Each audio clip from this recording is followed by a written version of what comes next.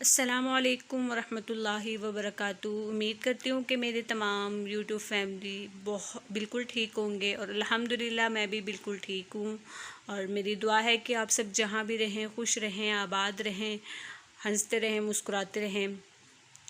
تو اس کے ساتھ ہم اپنے شروع کرتے ہیں اپنی آج کی ویڈیو کو۔ تو آج کی جو ریئیکشن ویڈیو ہے وہ ہے تقدیر پر اعتراض کے بارے میں، جو کہ میں نے ابھی خود بھی نہیں سنی، فرسٹ ٹائم میں جو ہے اسے آپ کے ساتھ شیئر بھی کر رہی ہوں، اور ہم مل کر اسے دیکھیں گے اور سنیں گے۔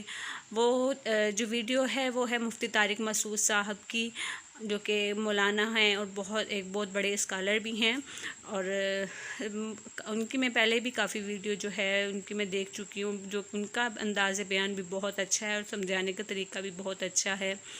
تو ہم دیکھیں گے کہ انہوں نے آج کی ویڈیو میں کیا بولا ہے، کیا کہا ہے۔ تو چلتے ہیں ہم اپنی ویڈیو کی طرف اور شروع کرتے ہیں، اور اس کے بعد ہم اس کے اوپر ریئیکشن دیں گے کہ انہوں نے کیا ٹھیک کہا اور کیا غلط۔ For watching. Don't forget to like, comment, share and subscribe to Mufti Tariq Masood, famous scholar. یہ لوگ تقدیر پہ ایک اعتراض کرتے تھے۔ اسلام کا عقیدہ تقدیر ہے نا، اسلام کا عقیدہ تقدیر ہے کہ سب کچھ پہلے سے طے شدہ ہے، اللہ کے علم میں سب کچھ ہے، اسی کے حساب سے جنت بھی لکھی جا چکی ہے اور جہنم بھی۔ یہ اسلام نے بیان کیا۔ ہم اچھی بری تقدیر پر ایمان رکھتے ہیں، ہمارے ایمان کا حصہ ہے، ہمارے ایمان کا جزو ہے۔ اس پر غیر مسلم کہتے تھے کہ جب سب کچھ پہلے سے ہے تو قرآن کہتا ہے، یہ ابھی بھی کہتے ہیں، اور موت کے بعد جب ان کو اللہ عذاب دے گا تو اس وقت بھی کہیں گے کہ اگر اے اللہ تو چاہتا تو ہمیں زبردستی سیدھے راستے پہ بولو لے آ سکتا، اور ہمیں جنت میں جانا ہی نہیں تھا، تو جب جانا ہی جہنم میں تو جا رہے ہیں، تو اب ہمیں سزا کیوں دے رہا ہے؟ اس میں ہمارا قصور کیا ہے؟ قرآن نے کیا کہا؟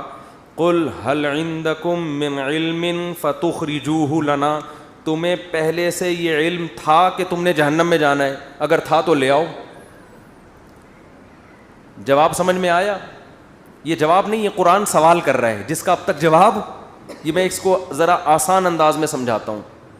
قرآن نے تو آسان میں، لیکن عربی میں ہے نا، تو میں اس کو اردو میں آسان انداز میں سمجھاتا ہوں۔ بہت سے لوگ تقدیر کے عقیدے کی وجہ سے کہتے ہیں کہ بھائی جب ہماری قسمت میں گناہ لکھا ہوا ہے، قسمت میں ہر چیز لکھی ہوئی ہے، صرف عمر نہیں لکھی ہوئی، کتنا زندہ رہنا ہے، ایک ایک پکوڑا آپ کی قسمت میں لکھا ہوا ہے۔ حقیقت بتا دوں کہ کتنا کھانا ہے کتنا نہیں کھانا، ایک ایک سموسہ لکھا ہوا ہے، کیونکہ اللہ کا علم تو کامل ہے نا، اللہ کو تو سب پتہ ہے کس نے کتنے پکوڑے کھانے ہیں، کتنے نہیں کھانے، کس نے معذرت کے ساتھ کتنی شادیاں کرنی ہیں، کس نے نہیں کرنی، کس کے کتنے بچے ہوں گے، کس کے نہیں ہوں گے، کس کے بیٹے ہوں گے، کس کی بیٹیاں ہوں گی، سب کچھ، کون جنت میں جائے گا اور کون جہنم میں جائے گا، کون فلاں موقع پہ گناہ کرے گا، کون فلاں موقع پہ نیکی کرے گا، ایک ایک چیز پہلے سے طے شدہ ہے۔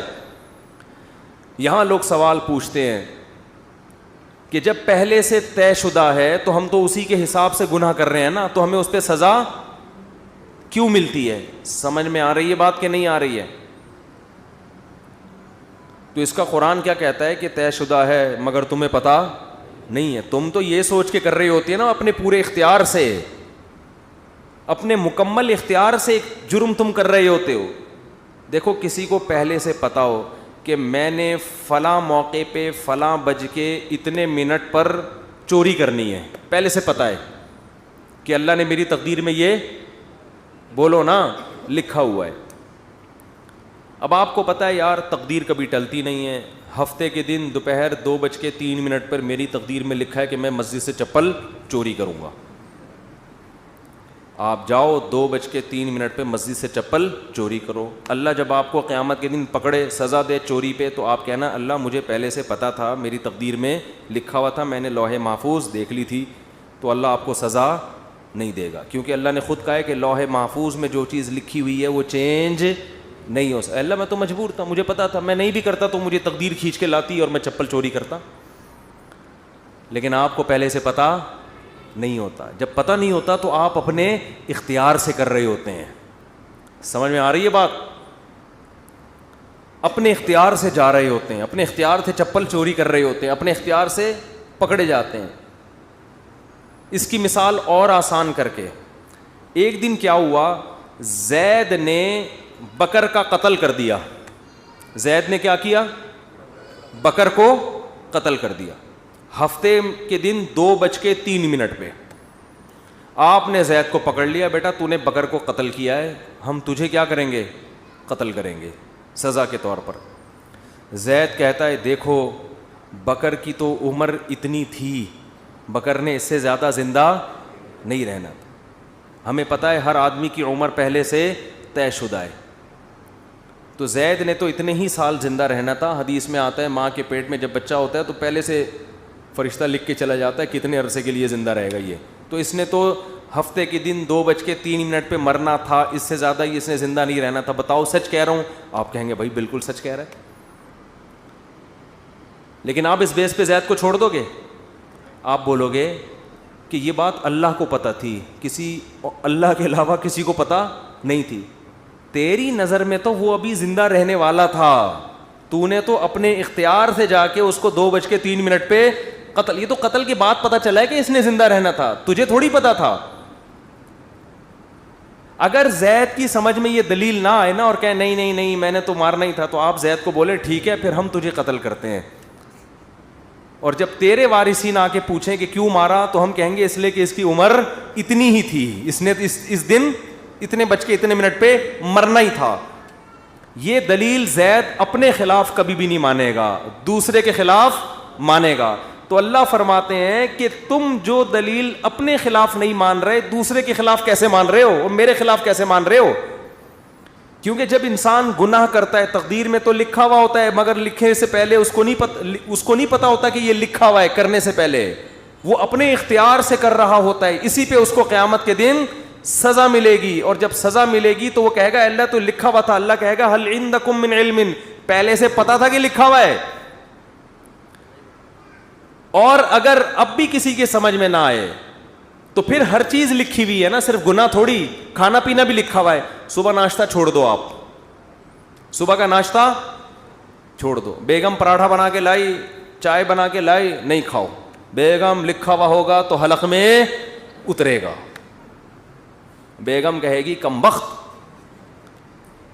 یہ کھانے کے بعد پتہ چلے گا کہ لکھا ہوا تھا یا نہیں لکھا ہوا تھا, کھانے سے پہلے نہیں پتہ چلے گا. لیکن آپ نے کہا نہیں لکھا ہوا ہوگا تو اڑ کے میرے پیٹ میں جائے گا, اور آپ چلے گئے آفس, دوپہر لنچ کا ٹائم ہو گیا تو پتہ چلے گا کہ آپ کی تقدیر میں پراٹھے لکھے ہوئے نہیں تھے. تو اس بیس پہ تو پھر ہر چیز اسی اصول پہ گزارے نا.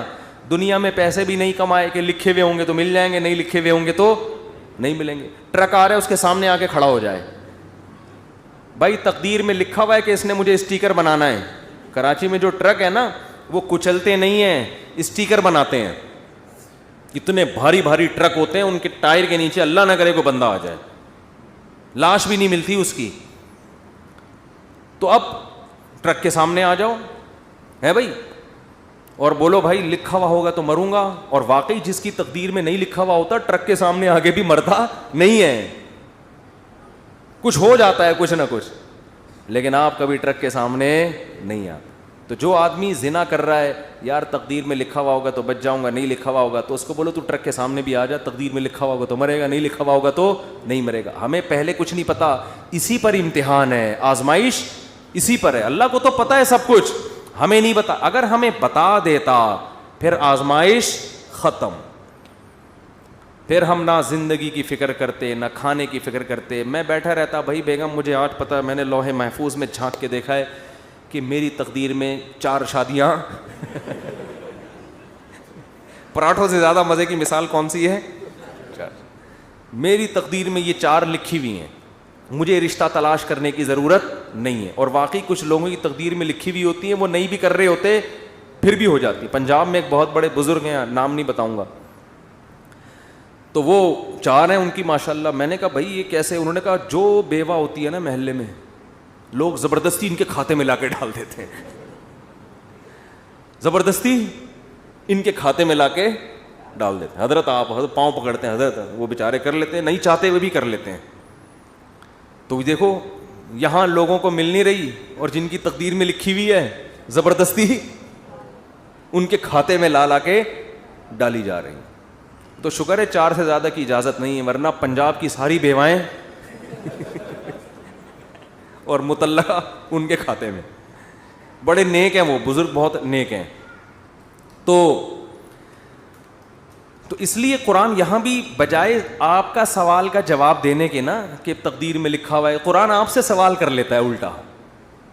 تو یہ بھی ایک دلیل سے بات کرنے کا طریقہ ہوتا ہے کہ آپ اگلے کا سوال دینے کے بجائے آپ کہیں چل مان لیا تیری بات ٹھیک ہے, لیکن پھر ہمارا اس پہ یہ سوال ہوتا ہے, اس کا تو جواب دے. وہ قیامت تک بوکھلاتا رہتا ہے, اس کے پاس اس کا جواب نہیں ہوتا. تو ہمارا ایمان ہے, ہمارے ایمان کا حصہ ہے یہ چیز کہ ہر چیز پہلے سے طے شدہ ہے, جنتی بھی جہنمی بھی سب کچھ. کل میسر لما خلق لا. حدیث میں آتا ہے کہ جس کو اللہ نے جو جہاں کے لیے بنا ہے نا اس کو ویسے اعمال کی توفیق ملتی ہے. اب ہمیں نہیں پتا ہمیں اچھے اعمال کی توفیق ملے گی یا برے اعمال کی, کر کے دیکھ لو. اگر اچھے اعمال کرنا شروع کر دو گے اس کا مطلب جنت لکھی ہوئی ہے, برے کرنا شروع کر دو اس کا مطلب جہنم لکھی ہوئی ہے. تو یہ آپ اس لحاظ سے تقدیر آپ کے ہاتھ میں ہے کیونکہ ہمیں علم نہیں ہے. اور اللہ نے یہ قرآن میں جگہ جگہ کہہ دیا لا یظلم ربک احدا, تیرا رب کسی پہ ظلم نہیں کرے گا. ایک آدمی جنت میں جانا چاہتا ہے, میں زبردستی اٹھا کے تقدیر کی وجہ سے جہنم میں پھینک دوں, ایسا نہیں ہوگا. اور ایک آدمی جہنم میں چھلانگ مارنے کی کوشش کر رہا ہے اور میں اس کی تقدیر میں لکھ دوں کہ یہ جنتی ہے, نہ نہ نہ, ایسا نہیں ہوگا. تیرا رب کسی پہ ظلم نہیں کرے گا. تو ویورز آپ نے جو ہے یہ ویڈیو کو کمپلیٹ دیکھا ہے, سنا ہے, اور آپ نے دیکھا ہوگا کہ جو سے مفتی صاحب ہیں انہوں نے جو آج کا ٹاپک تھا اس کو انہوں نے بہت اچھے سے ایکسپلین کیا ہے. تقدیر پر ان کا ٹاپک تھا, تو اس کو انہوں نے بہت اچھے طریقے سے ہمارے سامنے بیان کیا ہے کہ ہمیں ہر بات جو ہے وہ تقدیر پر نہیں چھوڑ دینی چاہیے. ہمیں اپنا ہر غلط کام جو ہے تقدیر پر نہیں چھوڑ دینا چاہیے. ہمیں تھوڑی سی کوشش کرنی چاہیے. ہمارے اختیار میں جو اللہ تعالیٰ نے اس سے پہلے جو ہمارا اختیار ہوتا ہے ہم اس کو استعمال کرنا چاہیے اور اس کو اچھی جگہ پہ استعمال کرنا چاہیے. بعد میں جو ہے وہ سارا بلیم جو ہے وہ تقدیر پر نہیں ڈال دیں کہ یہ تو ہماری تقدیر میں لکھا ہوا تھا. تو امید کرتی ہوں کہ آپ کو آج کی جو ویڈیو ہے بہت زیادہ پسند آئی ہوگی. اگر آپ کو ویڈیو اچھی لگی ہے تو پلیز آپ نے اسے میرے چینل کو جو ہے سبسکرائب کرنا ہے, میری ویڈیو کو لائک کرنا ہے, شیئر کرنا ہے. کمنٹ میں آپ نے لازمی بتانا ہے کہ آپ کو آج کی ویڈیو کیسی لگی ہے. اس کے ساتھ ہی مجھے دیجیے اجازت, ملتے ہیں ہم نیکسٹ ویڈیو میں. تب تک کے لیے اللہ حافظ.